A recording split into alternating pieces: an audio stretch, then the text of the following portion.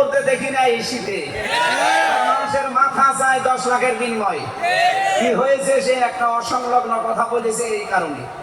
আপনি 2 ঘন্টা কথা বলেন তো আমি আপনার 50টা ভুল ধরবো। আমরা 1.5 ঘন্টা 2 ঘন্টা কথা বলে একটা সিনিপপ টান হলে সেইটা নিয়ে এই যে কেরামান কাতিবিন উনি একটা কি বলতেছে বলে ফেলেছে। আরে ভাই আমাদের বয়সই কত? আমার বয়স এখন 33, মিজান ভাই আমার 5 বছরের বড় মাত্র। এই সব মিলে নাই তার 38-40 বছর হবে। এখনো তো নবুয়তের বয়সে আমরা পাইনি। কথা বলে না কেন? নবীকে আল্লাহ 40 বছরের আগে নবুয়ত দেয়নি। আমরা তো সে বয়সে এখন মানে পার হতে পারিনি। 2-1টা কথা এদিকে ওদিকে হলে আপনারা মাথা 10 লাখ টাকা। মাথা কি এত ফ্রি? বলেন। কেউ কেউ অলরেডি আবার বলেছে এরা ধর্ম ব্যবসায়ী। এই কথা যেই লোকটা জানিয়েছে মিজানুর রহমান আজহারীর নাম নিয়ে যে এটা ধর্ম ব্যবসায়ী, আপনার ঈমান চলে গেছে। কারণ মিজানুর রহমান আজহারীর নামের আগে একজন আলেম লেখা আছে, আল উলামা ওয়ারাসাতুল আম্বিয়া, আলেমরা নবীর ওয়ারিস। বলেন না কেন? অনেক বড় দায়িত্ব তার মাথার উপরে। নবীকে জানিয়েছেন আনা খাবাল খাতামান নাবিয়্যিন আলা নাবিয়্যা বাদি, আমি শেষ নবী, আমার পরে কোনো নবী নেই। এই কথার ভেতর একটা ইঙ্গিত আছে, নবী শেষ, তারপরে নবী নেই। অথচ আদম নবী থেকে শুরু করে হযরত ঈসা নবী পর্যন্ত আমরা দেখেছি এক নবী শেষ হওয়ার পরে আর এক নবীর উপরে এই দায়িত্ব এসে পড়তো। উম্মতের দায়িত্ব ভার নবীরা নিত, কিন্তু এখন তো নবী নেই। যেহেতু ওনার ঘোষণা আমার পরে আর কোনো নবী নেই, আমি শেষ নবী, এই হিসাবে নবীজি জানিয়েছেন আল উলামা ওয়ারাসাতুল আম্বিয়া, আমি থাকবো না কিন্তু আলেম থাকবে, এরাই আমার ওয়ারিস, এরাই আমার স্থলাভিষিক্ত। নবীর উপরে কথা বললে যেমন আমল আখলাক আল্লাহ নষ্ট করে দেয়, আলেমদের বিরুদ্ধে আলেমদের উপরে কারো যদি কথা যায় তার পেছনের আল্লাহ সব নষ্ট করে দেবে। কখন যে নষ্ট হয়ে যাবে আপনি টেরও পাবেন না। এই জন্য সীমা লঙ্ঘন করা যাবে না, কথা এবং আচরণে আপনারা সাবধান থাকবেন। যারা এই সীমা লঙ্ঘন গুলো করছেন, কাদের ইঙ্গিতে করছেন আমরা কিন্তু জানি। মাঝে মাঝে দাদারা এসে আপনাদের কান পড়া দিয়ে যায় আর আপনারা তখন উল্টা পাল্টা কথা বলতে থাকেন। কেউ না জানলে দেশের আলেমরা কিন্তু আগেই টের পায়। কারণ এরা তাহাজ্জুদের নামাজের সেজদায় আমার আল্লাহর সাথে কথা বলে। কথা বলেন না কেন?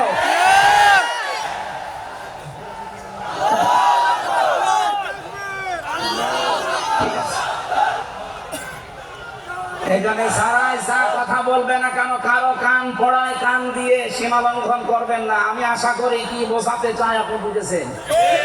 নেতৃত্ব দিতে হলে সীমার ভেতরে থাকবেন। 3 নম্বরে আমি পেয়েছি সূরা কাহফের 28 নম্বর আয়াতে যে গাফেল হওয়া যাবে না যারা নেতা হবে। অথচ এই দেশে আমরা দেখি এই 54-53 বছরে যারা নেতৃত্ব দিয়েছে অধিকাংশ গুলোই গাফেল।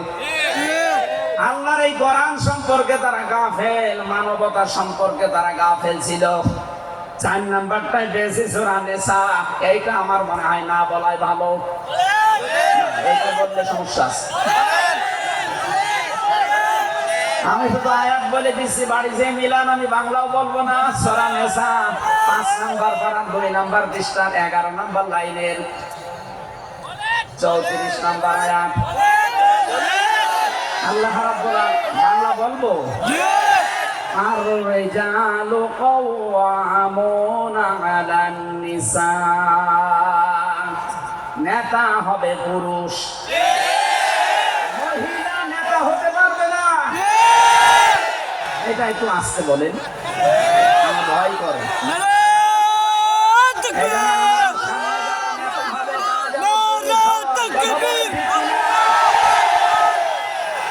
নবীজি জানিয়েছেন লা ইউফলিহা কওমুন, ওই জাতি কখনো সফল হতে পারে না যে জাতির নেতৃত্বে কোনো মহিলা বসে আছে। আমার এই হাদিসটা 100% বিশ্বাস হয়, আপনাদের 99 ভাগ। 100% বিশ্বাস করেন কারা? দেখি লিল্লাহি তাকবীর। দেখেন তো হাত কমে নিকে।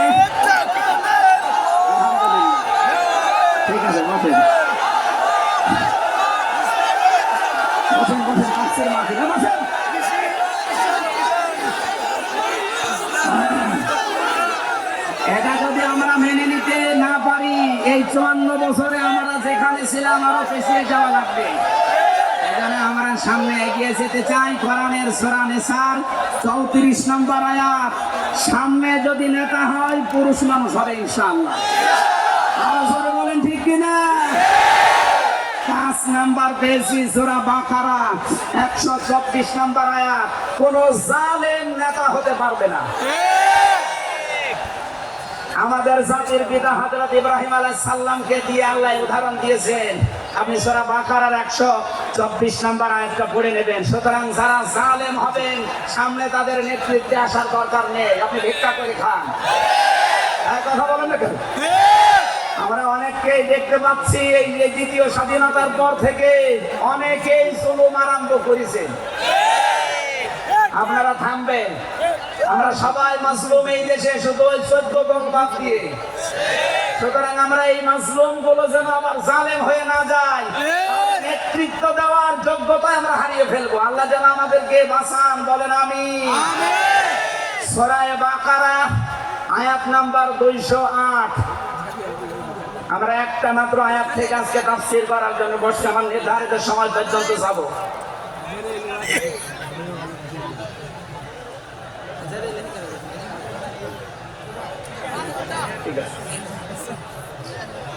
জবান খুলে দিয়ে আগে পড়ে না, আউযু বিল্লাহি মিনাশ শাইতানির রাজিম, বিসমিল্লাহির রহমানির রহিম, ইয়া আইয়ুহাল্লাযীনা আমানু দুখুলু ফিস সিলমি কাফা।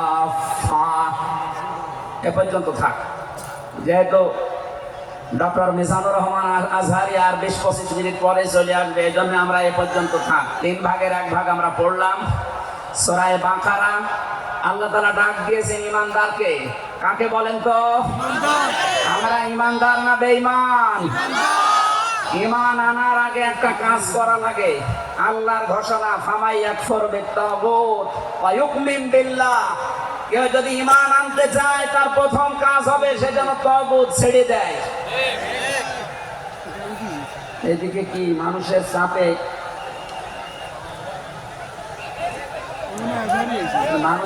এগুলো হচ্ছে নাকি?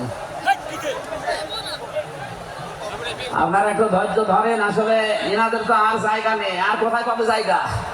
এখানে শুনলাম আসার আগে 8 থেকে 10 লাখ মানুষের ওনারা ব্যবস্থা করেছে। এরপরও বাইরে যে অবস্থা দেখলাম, কমপক্ষে 15 থেকে 16 লাখ মানুষ আজকে এই সিলেটের ময়দানে এসেছে কোরআন শোনার জন্য। আলহামদুলিল্লাহ। সম্মানিত ভাইরা, আমরা যেটা বলতে চাচ্ছি, ঈমান আনার আগে আল্লাহর নির্দেশ যে তাগুত ছেড়ে দাও, তাহলে ফাকাদ ইসতামসাকা বিল উরওয়াতিল ওয়াসফা, এমন একটা মজবুত রশি ধারণ করতে পারবা, লান ফিসামা লাহা, যা ছিঁড়ে যাবে না। এ বাংলাদেশ সহ বিশ্বে আমরা যারা ঈমানের দাবি করি, অনেকে তাগুত ছেড়ে না দিয়ে ঈমান এনেছি। এজন্য বিপদ আসলে ঈমান আর টেকে না।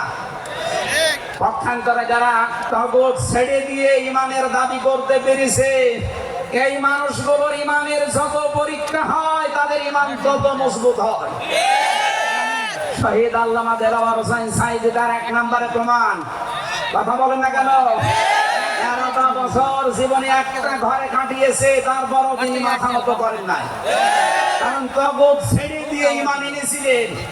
তাগুত ছেড়ে না দিয়ে যদি ঈমান আনতেন তিনি টিকে থাকতে পারতেন না। আমি বহু মানুষ জেলে দেখেছি, বহু আলেমকে দেখেছি, তারা টিকে থাকতে পারে না, আল্লাহকে পর্যন্ত দোষারোপ করে। ডক্টর শফিকুল ইসলাম মাসুদ দেলাওয়ার হোসেন শিবিরের সাবেক সভাপতি, নাম নিয়ে বলছি এই কারণে, এই মানুষগুলো ঈমান এনেছিল তাগুত ছেড়ে গিয়ে। দেলাওয়ার ভাইকে তার গরম করে লজ্জাস্থানে ঢুকিয়েছে, পুরুষাঙ্গ নষ্ট করে দিয়েছে। 57 দিন লোকটা রিমান্ডে ছিল, তারপরও টলাতে পারে না জালেমরা। কিন্তু যারা ঈমান এনেছে তাগুতের সাথে মিল মহব্বত রেখে, আপনি তাকান, আগস্টের 5 তারিখের পরে তারা অনেকেই বেঈমান হয়ে গেছে। জাতীয় মসজিদের সাবেক ইমাম, কথা বলে না কেন? 5 তারিখের পরে পালিয়েছে। পৃথিবীর ইতিহাস দিয়ে দিয়েছে। জাতীয় মসজিদের ইমাম পালিয়ে যায়, এটা একটা লজ্জা না? এমপিরা নাই পালিয়ে গেল, আপনি কেন পালাবেন? কিছুদিন পরে জোর করে এসেছিল ইমামতি আবার করব, জনগণ জুতা দিয়ে পিটিয়েছে। পরের দিন স্ট্যাটাস দিয়েছে, জনগণ জুতা দিয়ে পিটিয়েছে, তাই কি আমার গায়ে লাগেনি? মানুষ কত নিচে নামতে পারে। তার বাবা তো একজন ভালো মানুষ ছিল, একজন আলেম ছিল, কি এসেছে আল্লাহ জানে। একটা জালেমাকে সে নাম দিয়েছে কওমি জননী। এই নামটা যেই দিন দেয় সেদিন জেলখানায় ওনার নামে বদদোয়া হয়েছে। মাওলানা মামুনুল হক সহ যত আলেম ছিল আমরা এক জায়গায়, ওনারা বলছিল যে করলো কি? হেফাজত ইসলামের 13 সালে এতগুলো মানুষ হত্যাকারী যার হাতে রক্ত লেগে আছে, আর সেই লোকটাকে নাম দিয়ে দিল কওমি জননী। আমাদের মাথা কাটা গেল। এরকম হাজারো আলেম, হাজারো পীর, হাজারো মুসলমানের দেশে ঈমান রাখতে পারে নাই, কারণ তগুতের সাথে সম্পর্ক রেখে ঈমানের দাবি করত। আল্লাহ বলেন ঈমান আনতে হলে আগে তগুত ছেড়ে দাও, এরপর ঈমানের দাবি করো। উদখুলু ফিস সিলমি কাফা, ঈমানদার যারা তারা প্রবেশ করো পুরোপুরি ভাবে ইসলামে। এখানে সিলমন বা সালমন, সিনের উপরে জবর দিলে হয় সালমন মানে শান্তি, সিনের নিচে জের দিলে হয় সিলমন মানে ইসলাম। আল্লাহ রাব্বুল আলামিন ঈমানদারকে ডাক দিয়ে জানিয়েছে তোমরা প্রবেশ করো, যেহেতু সিলমনটা আছে এজন্য ইসলাম নেওয়া লাগবে। আমি যতগুলো তাফসীর বিশ্ববিদ্যালয়ে থাকাকালীন মিলিয়েছিলাম এই সিলমন দিয়ে। আমি ভার্সিটিতে থাকাকালীন প্রায় 42টার উপরে এক জায়গায় মিলিয়েছি, যে দেখি সবাই কি বলে। প্রত্যেক মুফাসসির এখানে শান্তি না এখানে নিয়েছেন তারা ইসলাম অর্থে তোমরা পুরোপুরি ইসলামে প্রবেশ করো। এখন আমরা যদি প্রশ্ন করি পুরোপুরি ইসলামে প্রবেশ করার অর্থ কি, কোরআন শরীফ থেকে আমরা ব্যাখ্যা বিশ্লেষণ দিয়েছি যে 5টা বিষয় যখন দেখবেন আপনার ভেতরে আছে, তখন বুঝবেন আমি পুরোপুরি ইসলামে প্রবেশ করেছি। জোরে বলেন সুবহানাল্লাহ। আমি তাফসীর থেকে যে নোটগুলো নিয়ে এসেছি তার 1 নম্বরে আপনি যখন দেখবেন যে আপনি আত্মসমর্পণ করে ফেলেছেন, 2 নম্বরে আপনার ভেতরে ইখলাস তৈরি হয়েছে, 3 নম্বরে আপনার বিশুদ্ধ আকীদা তৈরি হয়ে গেছে, 4 নম্বরে আপনার চরিত্র উন্নত হয়েছে, 5 নম্বরে আপনার লেনদেনের স্বচ্ছতা এসেছে। এই 5টা কাজ যখন আপনি দেখবেন তখন মনে করবেন যে আমি ইসলামে পরিপূর্ণ প্রবেশ করেছি। এখন বলেন তো আপনার কি 5টা কাজ পরিপূর্ণ হচ্ছে? আত্মসমর্পণ 1 নম্বরে আপনাকে করা লাগবে আমার আল্লাহর সামনে। কার সামনে? এটা দেখিয়েছেন আমাদের জাতির পিতা হযরত ইব্রাহিম। إذ قال له ربه أسلم قال أسلمت لرب العالمين। সূরা বাকারা 1ম নাম্বার পারা 19 নাম্বার পৃষ্ঠা 7 নাম্বার লাইনের 131 নাম্বার আয়াতে আছে। এটা ইবনে কাসিরে পাবেন। আল্লাহ পাক বলেন আত্মসমর্পণ করো। উনি গাছের মাথায় বসে কোড়াল দিয়ে কাঠ কাটছিলেন, ডাক দিয়ে বলে মাবুদ এখানে বসে আত্মসমর্পণ করব কি করে? আল্লাহ পাক বলেন আত্মসমর্পণ এখানে খাতনা করে আত্মসমর্পণ করো। গাছের মাথায় তিনি কোড়াল দিয়ে খাতনা করে বললেন আমি মহাবিশ্বের প্রতিপালকের কাছে আত্মসমর্পণ করলাম, স্যালেন্ডার করলাম। এতটুকু তিনি শেষ করেননি, তিনি ডাক দিয়েছিলেন ইন্তেকালের আগে তার সন্তানদেরকে, ووصى بها إبراهيم بنيه ويعقوب يا بني إن الله اصطفى لكم الدين فلا تموتن إلا وأنتم مسلمون। হযরত ইব্রাহিম আলাইহিস সালাম এবং ইয়াকুব এই 2 জন নবী ইন্তেকালের আগে তার সন্তানকে যা ডাক দেন, হে আমার কলিজার টুকরা সন্তানেরা, ইন্নাল্লাহা আসতাফা, অবশ্যই আল্লাহ তোমাদের জন্য মনোনীত করেছেন লাকুমুদ্দিন, একটা দিনকে, ফালা তামুতুন্না ইল্লা ওয়া আনতুম মুসলিমুন, মৃত্যুবরণ করবা না যতক্ষণ মুসলমান হতে না পারো। এবার আসেন তো ইব্রাহিম আমাদের জাতির পিতা, হযরত ইয়াকুব আলাইহিস সালাম তাদের সন্তানদেরকে ইন্তেকালের আগে নসিহত করলেন যে তোমাদের জন্য আল্লাহ একটা দিন মনোনীত করেছেন। কি মনোনীত করেছেন? দিন কি? রাতের পরে যেটা আসবে ওই দিন? বলেন বলেন। খবরে গুরুত্বপূর্ণ যে প্রশ্নগুলো তার ভেতরে এটা একটা, মা দিনুকা, দিন কি? এটা যদি আপনি ক্লিয়ার হতে না পারেন, কবরে যে প্রশ্নের জবাব দিতে পারবেন না। এখানে এই বিষয়টা নিয়ে বিস্তারিত আমাদের জানা শোনা দরকার। দিন বলতে আল্লাহ নিজে আবার ব্যাখ্যা দিয়েছেন। দিন কি জানো? ইব্রাহিম নবী যেটা, ইয়াকুব নবী যেটা তার সন্তানদেরকে বারবার ওসিয়ত করছিল ইন্তেকালের আগে, আল্লাহ তোমাদের জন্য একটা দিনকে মনোনীত করেছেন। সেই দিন হচ্ছে ইসলাম। জোরে বলেন সুবহানাল্লাহ। ইন্নাদ-দীনা ইনদাল্লাহিল ইসলাম। অবশ্যই আমি আল্লাহর কাছে মনোনীত একটাই দিন আছে, তার নাম, আরো জোরে বলেন। এখন পৃথিবীতে প্রায় ৪৫০০০-এর উপরে ধর্ম আছে, দিন আছে। ৪৫০০০ ধর্মের কোন দিনের উপরে, ধর্মের উপরে আমার আল্লাহ রাজি নেই, খুশি নেই, তিনি পছন্দ করেন না। একটাই মাত্র দিনকে তিনি মনোনীত করেছেন, পছন্দ করেন, তার নাম ইসলাম। وَمَن يَبْتَغِ غَيْرَ الْإِسْلَامِ دِينًا فَلَن يُقْبَلَ مِنْهُ وَهُوَ فِي الْآخِرَةِ مِنَ الْخَاسِرِينَ। সূরা আলে ইমরান ৩ নম্বর পারা ২০ নম্বর পৃষ্ঠা ৪ নম্বর লাইনের ৮৫ নম্বর আয়াতে আছে, পৃথিবীতে কেউ যদি ইসলাম বাদ দিয়ে অন্য কোন নিয়ম নীতি, অন্য কোন দিন অনুসরণ করে, ফালাই ইউকবাল মিন, জীবনে আর কোনো কিছু আল্লাহর দরবারে কবুল হচ্ছে না, হবে না। ইউকবালা এটা মুজারে, বর্তমান, ভবিষ্যৎ, প্রেজেন্ট, ফিউচার। এর আগে লান এসেছে, মজারের আগে লান আসলে আরবিতে বাংলা অর্থ দাঁড়ায় জীবনেও হবে না, পশ্চিম কালও সম্ভব না।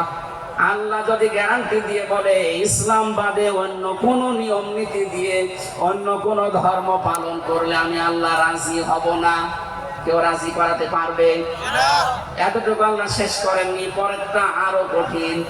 অহুয়া ফিল আখিরাতি মিনাল খাসিরিন। আল্লাহ পাক বলে ভাই লোকটা সবচাইতে বড় ক্ষতিগ্রস্ত হবে আখিরাতে। বলেন নাউজুবিল্লাহ। সিলেটবাসী আমাদের জীবন এদিকে ওদিকে করে হয়তো কেটে যাবে, কিন্তু মরণের পর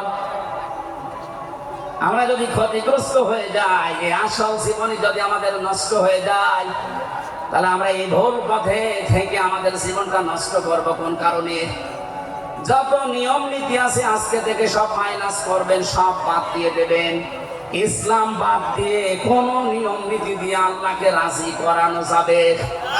তাহলে ইসলাম বাদ দিয়ে বিয়ে শাদী হবে? বলেন বলেন। ইসলাম বাদ দিয়ে পরিবার নীতি হবে? ইসলাম বাদ দিয়ে রাজনীতি হবে? এটা হতে পারে?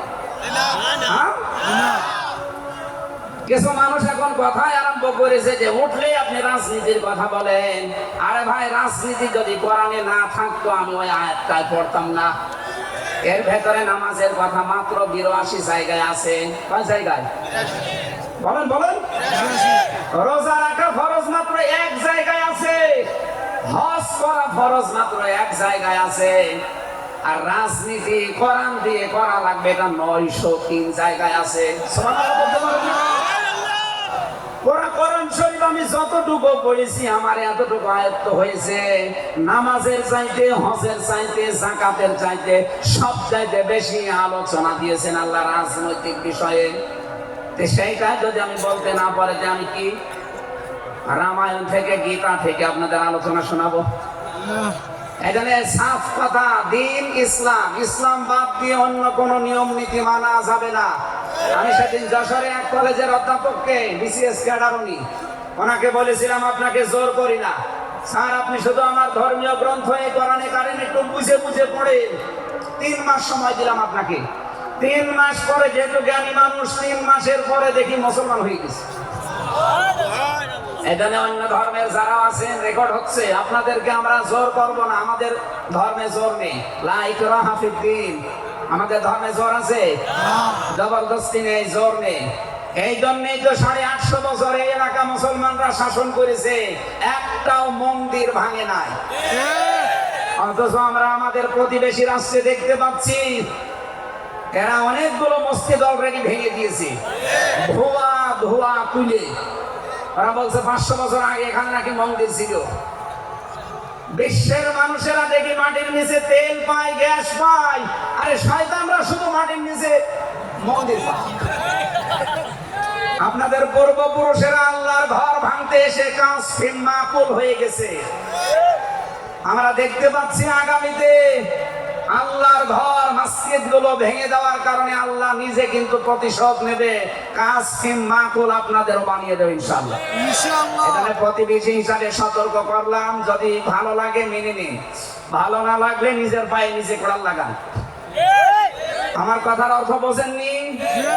সুতরাং পৃথিবীতে দিন ইসলাম বাদ দিয়ে কোন ধর্ম সব মানুষের বানানো তৈরি করা। অন্য ধর্মের মানুষদেরকে আমরা চ্যালেঞ্জ করছি, আহ্বান জানাচ্ছি, আমাদের এইটা পড়ে লা ইকরাহা ফিদ্দিন লা রাইবা ফি যালিকাল কিতাবু লা রাইবা ফি। কোন সন্দেহ নেই, সন্দেহের অবকাশ পর্যন্ত নেই। এখানে আসেন, যদি মনটা আপনার ভালো থাকে, টনি বেলারের শালিকা লরেন বুথকে যেভাবে হেদায়েত দিয়েছে আপনাকেও দিতে পারবে ইনশাআল্লাহ। সে আহ্বান রেখে এখনো যেহেতু 4টা অর্থ ছিল, আপনি যে ইসলামে প্রবেশ করেছেন তার দ্বিতীয় অর্থ আপনি দেখবেন যে আপনার ভেতরে ইখলাস আছে কিনা। আপনি কি লোক দেখানো কাজ করেন না আল্লাহর জন্য করেন, এটা দেখবেন। 3 নাম্বার, আপনার আকীদা শুদ্ধ আছে কিনা। আজ এই দেশের একটা মুসলিম সংগঠনের উপরে একটা তহমত দেওয়া হয় যে এদের আকীদা ঠিক নেই। আপনার আকীদা কত ভালো, আমি নিচে নামলাম না। 4 নম্বরে উন্নত চরিত্রের অধিকারী হওয়া লাগবে, আর এটা নিতে হবে মুহাম্মদুর রাসূলুল্লাহর কাছ থেকে। 5 নম্বরে আমাদের লেনদেন স্বচ্ছ হওয়া লাগবে। আপনারা তাফসীর শুনতে এসেছেন, আমরা বিস্তারিত আর বলতে পারলাম না আজকে, কারণ আমার সময় শেষ হয়ে গেছে। আগামীতে কিছুক্ষণ পরে যেহেতু ডক্টর মিজানুর রহমান আসানি ভাই আসবে, ওনার কাছে আমরা আরো গুরুত্বপূর্ণ কথা শুনবো ইনশাআল্লাহ। আজকের কথাগুলো আল্লাহ আমাদের জীবনে প্র্যাকটিক্যাল লাইফে আমল করার তৌফিক দিন, আমিন। বারাকাল্লাহু লানা ওয়া লাকুম ফিল কোরআনিল আযীম। আসসালামু আলাইকুম ওয়া রাহমাতুল্লাহ। আলহামদুলিল্লাহ।